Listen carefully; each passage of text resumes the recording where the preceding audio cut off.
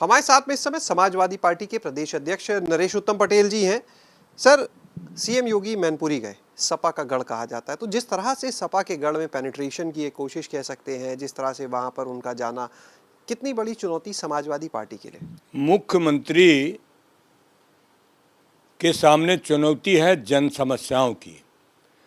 मुख्यमंत्री जी लगातार जनता को गुमराह करने की कोशिश कर रहे हैं, लेकिन मैनपुरी में जो गए थे, अभी 2 महीने पहले परिणाम आया, वहाँ समाजवादी पार्टी की सांसद डिम्पल यादव चुनाव जीती। मुख्यमंत्री जी कई बार गए थे। जहाँ राजनीति की बात है तो राजनीति में मुख्यमंत्री जी को मैनपुरी से कुछ नहीं मिलेगा।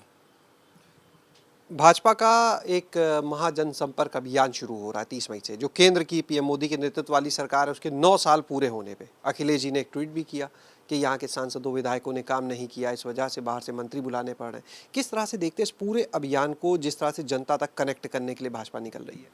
9 वर्ष हो गए भारतीय जनता पार्टी को केंद्र में और 6 वर्ष हो गए उत्तर प्रदेश सरकार को।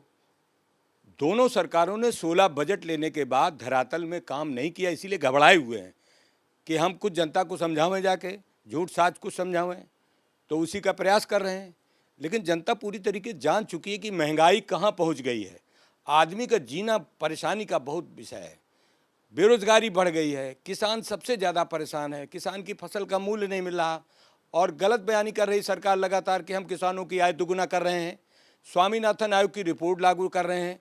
लेकिन मैं भी किसान का बेटा हूं, मैं भी जानता हूं कि उत्तर प्रदेश के किसान सबसे ज़्यादा दुखी हैं। चाहे वो गेहूं के किसान हो, चाहे वो धान के किसान हो, चाहे गन्ने के किसान हो, तिलहन दलहन सब्जियां फल फूल पैदा करने वाले किसान सबसे ज़्यादा बेहद दुखी। इन्होंने झूठ बोला भी कि हम ले लेंगे आलू का कहीं के क्रय केंद्र नहीं है। पिछली बार भी कहा था कि हम इतने रुपए पर कुंटल उसकी एमएसपी जारी कर रहे हैं, तो एमएसपी का कोई अता पता नहीं। तो लगातार गलत बयानी करके जनता को गुमराह करने की कोशिश कर रहे हैं। लेकिन इस बार उत्तर प्रदेश में जनता जागरूक है और आने वाले चुनाव में इसका परिणाम सामने आ जाएगा। सर, आपने किसानों की बात की। किसानों की जब बात आती है तो देखिए उसमें यूपी वेस्ट का भी एक बड़ा हिस्सा आ जाता है, जहां पे आपका आरएलडी के साथ गठबंधन है। लेकिन पिछले दिनों आरएलडी के प्रदेश अध्यक्ष से लेके कुछ नेताओं के बयान आए कि जो निकाय चुनाव के नतीजे थे उसमें कहीं ना कहीं सपा भी जिम्मेदार रही इन चीज़ों के लिए। तो 2024 के चुनाव के पहले ये सपा आरएलडी के बीच में जिस तरह के मतभेद नजर आ रहे हैं, नुकसान तो नहीं करेंगे? देखिए, ये स्थानीय चुनाव है, नगर निकाय, टाउन एरिया, नगर पालिका, ये लोकल चुनाव होते हैं। इस पर प्रत्याशी पार्टी की उतारती है, पार्टी के कई प्रत्याशी लड़ जाते हैं। लेकिन इतना हम जानते हैं कि जो नगर निकाय के चुनाव हुए हैं, इन चुनाव में भारतीय जनता पार्टी नगर पालिका परिषद और नगर पंचायत में बहुत बुरी तरीके से हारी है, बहुत बुरी तरीके से हारी है। 20% पद जो है केवल भारतीय जनता पार्टी के लोगों को मिले हैं। 80% इनके खिलाफ लोग जीते हैं। उसमें भी जितने भी जीते हैं उसमें समाजवादी पार्टी सबसे ज़्यादा जीती है, या निर्दल जीत गए हैं या समाजवादी समर्थित जीत गए हैं। तो लेकिन क्या सपा आरएलडी के बीच में कोई खटपट, जो इस तरह के बयान आरएलडी की तरफ से बीच में आए? नहीं, कोई खटपट नहीं है। समाजवादी पार्टी और राष्ट्रीय लोकदल का गठबंधन बिल्कुल अटूट है, उसमें किसी तरीके कोई खटपट नहीं है। आप लोग की एक बैठक हुई जिसमें सपा अध्यक्ष अखिलेश यादव जी, राष्ट्रीय महासचिव शिवपाल यादव जी और आप खुद भी उसमें मौजूद रहे। किस तरह की आगे चीज़ें, क्योंकि अभी देखिए प्रदेश संगठन का भी विस्तार होना, अभी प्रदेश कमेटी आपकी तय होनी है, परिषद का चुनाव भी है आगे।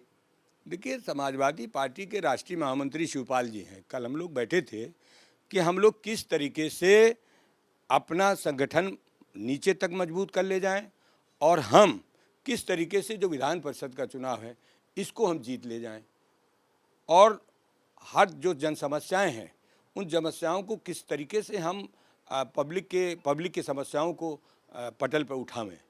इन बातों पर तो वो पार्टी के राष्ट्रीय महामंत्री हैं, हम सब लोग पार्टी के पदाधिकारी हैं, मिलकर के बात करते हैं, वो बराबर बात करते हैं। कोई ऐसा नहीं कि कल ही हुई है बात। प्रदेश टीम कब तक तैयार हो जाएगी सपा की? सबकी निगाहें टिकी हुई हैं और उस टीम में शिवपाल यादव जी के जो समर्थक रहे प्रसपा के समय, क्या उनको भी जगह मिलेगी पर्याप्त? वो शिवपाल जी तो समाजवादी है ना, समाजवादी पार्टी के हैं। हम सब शिवपाल जी सब लोग मिल के काम करते रहे, फिर मिल के काम करेंगे। स्वरूप बना अभी फिलहाल, कब तक घोषणा हो जाएगी? घोषणा जल्दी होगी। परिषद के चुनाव की बात करें तो देखिए उसमें अभी फिलहाल जो 2 सीटें हैं, उतने वोट सपा के पक्ष में नहीं है, तो ऐसे में किस तरह से आप लोग जाएंगे चुनाव में 29 को? देखिए, ये चुनाव विधायकों का है, विधानसभा सदस्यों का है, और विधानसभा सदस्य इसमें गुप्त मतदान करते हैं। इसमें कोई दिखाता नहीं है, या कोई राज्यसभा का चुनाव नहीं है जिसमें विधायक को अपना मत दिखाना पड़ता है। विधान परिषद के चुनाव में गुप्त मतदान होता है। सम्मानित विधानसभा के सदस्यगण वोट डालते हैं, वो अपनी अंतरात्मा की आवाज़ से वोट डालते हैं। समाजवादी पार्टी ने जो प्रत्याशी उतारे हैं, एक दलित समाज से, एक अति पिछड़े समाज से, रामजतन राजभर और रामकरण निर्मल। तो जो सामाजिक अन्याय हो रहा है भारतीय जनता पार्टी के द्वारा, जो आरक्षण पर डाका डाला जा रहा है, इन सब बातों को लेकर ये चुनाव लड़ रहे। इसमें भारतीय जनता पार्टी के बहुत से विधायक हैं जो उनके कार्य से पीड़ित हैं कि आरक्षण, अब उनको तो वोट मांगने जाना पड़ता है, पिछड़े समाज के लोगों को, दलित समाज के लोगों को, अल्पसंख्यक समाज के लोगों को, तो उन्हें वोट मांगने जाना पड़ता है। जब वोट मांगना होता है तब उनको सुनना पड़ता है कि भारतीय जनता पार्टी जो है सामान्य वर्ग को ज़्यादा ध्यान देती है, पिछड़े वर्गों को और दलित वर्ग को बिल्कुल नहीं ध्यान देती। अभी यहाँ पर चुनाव हुआ था शिक्षक एमएलसी का और स्नातक एमएलसी का, 5 चुनाव हुए थे। पाँचों चुनाव में एक भी पिछड़े समाज को, एक भी दलित समाज को, एक भी अल्पसंख्यक समाज को भारतीय जनता पार्टी ने उम्मीदवार नहीं बनाया और न उनको जीतने दिया। जो जीत रहे थे पिछड़े दलित समाज के लोग, उनको जीतने नहीं दिया। तो ये सामाजिक विषमता भारतीय जनता पार्टी लगातार कर रही है, जिससे बीजेपी के भी विधायक लोग बहुत आहत हैं। तो आपकी बातों से लग रहा है कि भाजपा वाले भी, आपको भरोसा है, आपके साथ आ जाएंगे? हमें तो पूरा भरोसा है कि जो पिछड़े वर्ग के माननीय विधायक हैं, दलित समाज के जो विधायक हैं, जो अल्पसंख्यक समाज के विधायक हैं और बहुत से समाजवादी विधायक हैं जिनकी सोच समाजवादी है, भले ही वो किसी वर्ग में पैदा हुए हैं, उनका सोच है कि समता मूलक समाज बने और गैर बराबरी समाप्त हो। लेकिन भारतीय जनता पार्टी उन विधायकों की भावनाओं पर भी नहीं काम कर रही, इसीलिए वहाँ नाराजगी है। अच्छा, एक चीज़ ये बताइएगा, जो संसद भवन है उसका भी उद्घाटन की तिथि आ गई बस, और बड़ा विरोध हो रहा था कि प्रधानमंत्री उसका उद्घाटन ना करें, एक बसपा को छोड़ के। बसपा जरूर समर्थन में थी कि बिल्कुल ठीक हो रहा है जो हो रहा है। हमने तो बड़े बड़े राजनीतिक विश्लेषकों के आपके चैनल में मैंने विचार सुने हैं, सबने राजनीतिक विश्लेषकों ने कहा है कि नए भवन का, और खास करके जो संविधान जहाँ से बनता है, संविधान जहाँ से चलता है, जहाँ कानून बनते हैं, उस भवन का शिलान्यास हो चाहे उद्घाटन, वो महामहिम राष्ट्रपति के द्वारा होता है। महामहिम राष्ट्रपति को ही कराना चाहिए। लेकिन जानबूझ करके भारतीय जनता पार्टी, अब वो आप ये कहिए आदिवासी महिला हैं, अभी पहले जो राष्ट्रपति महोदय थे उनको कहते थे कि हमने दलित बना दिया, न उनको शिलान्यास में और न इनसे उद्घाटन करा रहे हैं।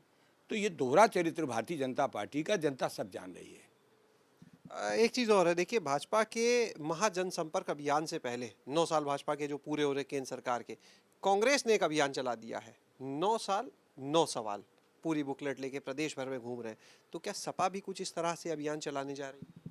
सपा तो सवाल का इतने सवाल उठाती है कि जितने सवाल पूछे जाएं वो कम है। सदन में अखिलेश यादव जी समाजवादी पार्टी के विधायक, सदन में विधान परिषद में हम लोग, सदन में हमारे पार्लियामेंट मेंबर, सदन चाहे वो राज्यसभा हो चाहे लोकसभा हो, सब जगह समाजवादी पार्टी इन मुद्दों को उठाती रही है। लेकिन भारतीय जनता पार्टी वही कहती वो काम कर रहे हैं जो कांग्रेस छोड़ गई है। बीजेपी के बड़े बड़े नेताओं ने कहा कि हम वो काम कर रहे हैं, कांग्रेस की पॉलिसियों को आगे बढ़ा रहे हैं। तो ऐसे में बड़ी असमंजस की स्थिति। लेकिन हम जानते हैं समाजवादी पार्टी स्पष्ट है और समाजवादी पार्टी का सोच और विचार भी स्पष्ट है। हम किसी तरीके कन्फ्यूजन की बात नहीं करते हैं। अच्छा, परिषद चुनाव को लेकर भाजपा ने एक रणनीति बनाई है कि क्रॉस वोटिंग ना हो, इसलिए 4-4, 5-5 समूह में मतलब विधायकों को भेजने की। सपा के लिए भी क्या एक खतरा क्रॉस वोटिंग और उससे निपटने की क्या रणनीति? देखिए, बीजेपी है, कुछ भी कर सकती है। मुझे तो आज ये जानकारी मिली है, अब सही है कि गलत ये नहीं कहता हूँ, कि बीजेपी के जो पिछड़े वर्ग के विधायक हैं, दलित समाज के विधायक हैं, उनके चेकिंग के लिए माननीय विधायक लगाए जा रहे हैं कि वो चेक करें। तो भाई चेक करने के लिए तो राज्यसभा में है प्राविधान, इसमें क्या चेक करेंगे? तो जो परसों चुनाव होगा, हमारे भी एजेंट होंगे, पोलिंग एजेंट होंगे, हमारे कैंडिडेट होंगे, वो देख रेख करेंगे कि किसी तरीके की बेईमानी ना होने पावे, किसी तरीके से ये चुनाव जो है मैं गुप्त मतदान को ओपन न किया जाए। तो सपा में क्रॉस वोटिंग से बचने के लिए क्या तैयारी? समाजवादी पार्टी पूरी तरीके से चट्टान के तरीके से मजबूत है, एक भी वोट क्रॉस नहीं होगा।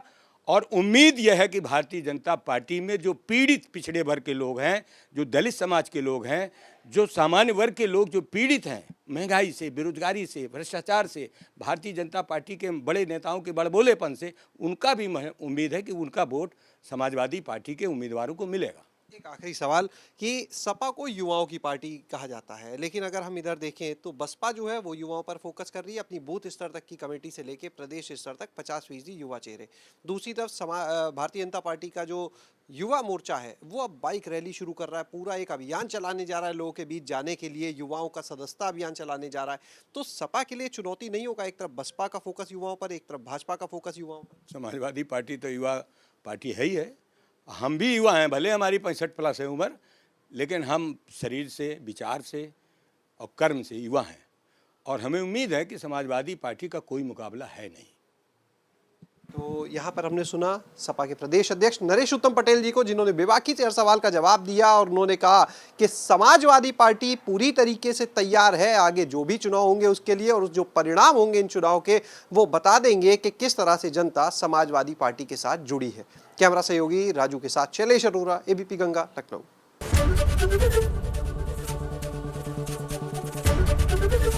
एबीपी गंगा, खबर आपकी, जुबान आपकी।